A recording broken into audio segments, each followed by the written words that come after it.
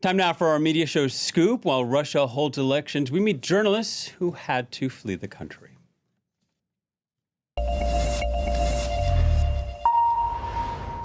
A dictator that muzzles a press peddles propaganda. There's only one narrative and zero accountability. 2 years ago, just after invading Ukraine, Russia made it illegal for journalists to mention the word war in relation to the conflict, threatening reporters with up to 15 years in prison. Take a look at this report from ABC News.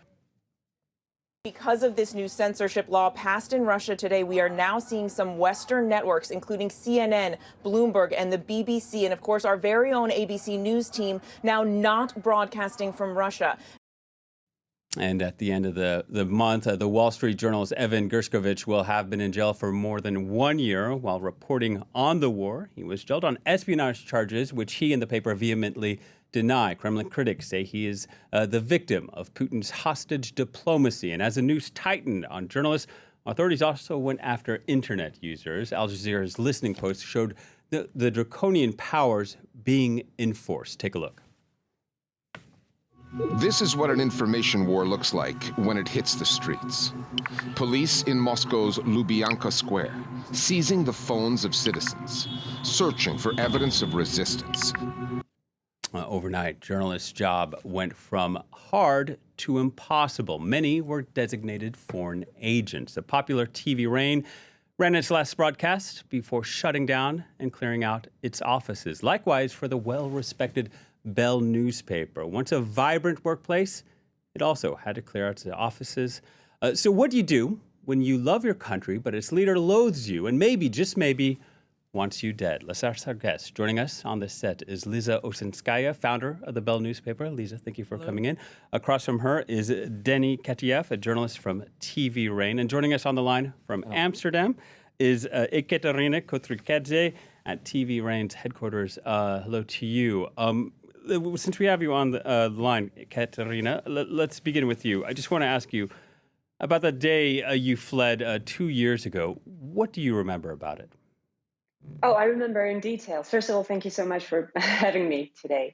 I remember in details because I would say that it was the most terrible night in my life. I remember coming back from work. I was hosting my show, and then I came back to my kids.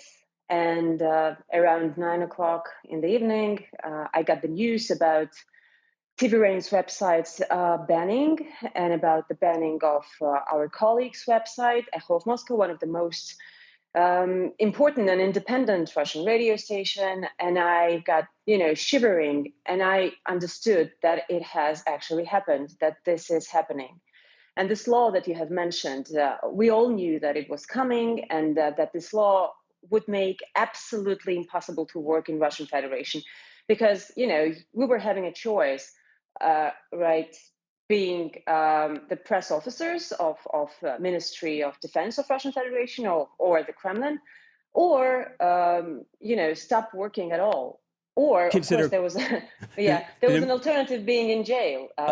Obviously, this is the main alternative that all independent journalists have right now in Russia. Yeah, let me ask Lisa on that point. Did you consider quitting journalism at all?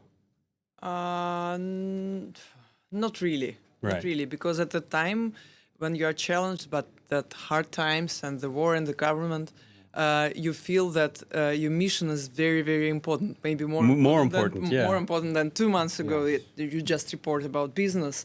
Now you can't report about business. You need to report about everything, politics. It's all wrapped together. Yeah, because you can't say that I'm just business. I'm only do financial stories. No, that's not the way.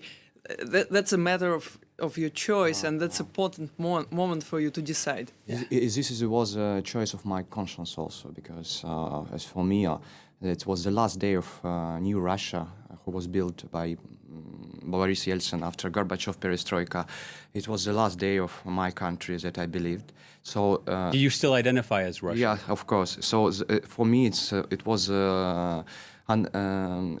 only one choice to leave Russia because as for me, I really appreciate the liberty, the freedom of speech, the freedom of life, the freedom of my personal life, and freedom of speech like a journalist, and like myself. But did you ask yourself what would have happened if you didn't flee?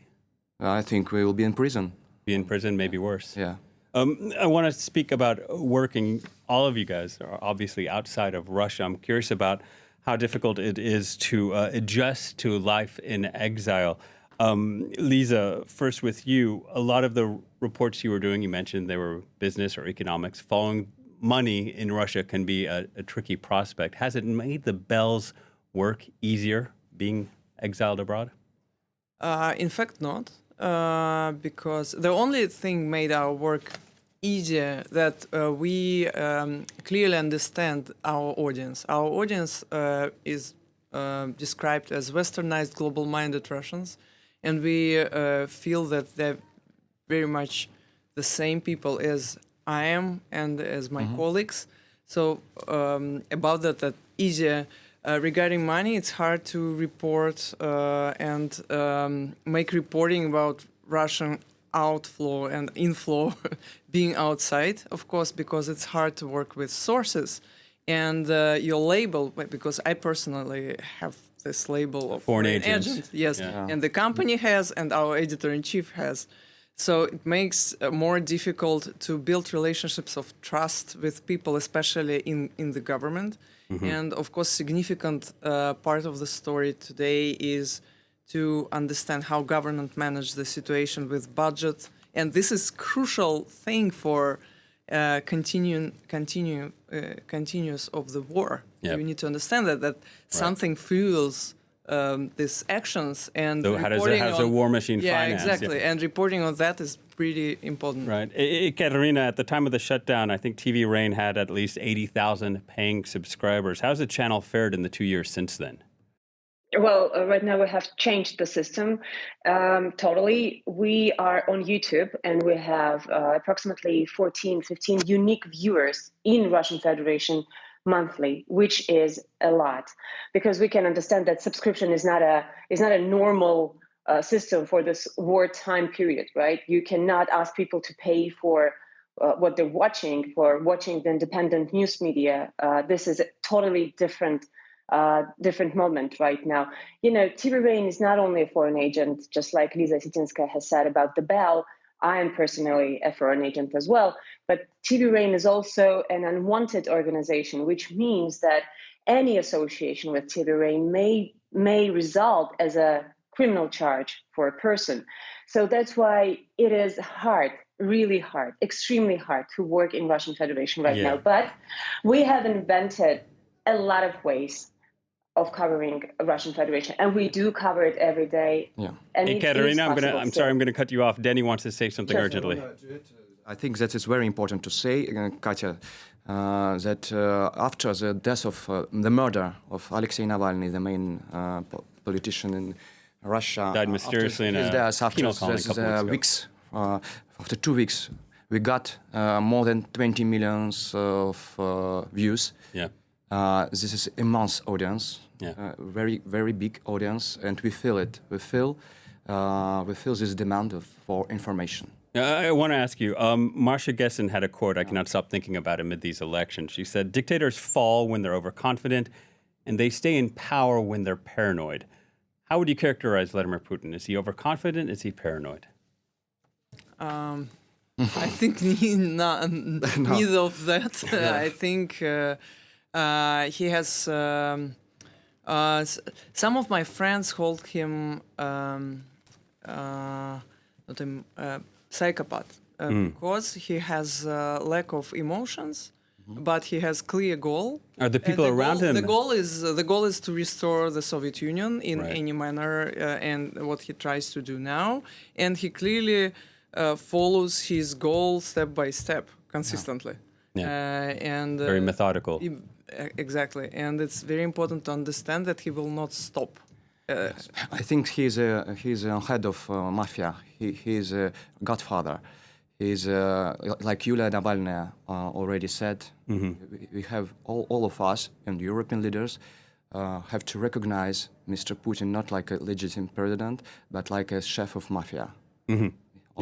Running out of time real quick. Ekaterina, Denis, Liza, do any of you think you'll be returning to Russia one day? Yeah, To me, if I might. Yes, I don't have a plan, but I have a hope. Hope And what didn't die gives with me Alexei Navalny. Yeah, and my hope is based on what I've seen.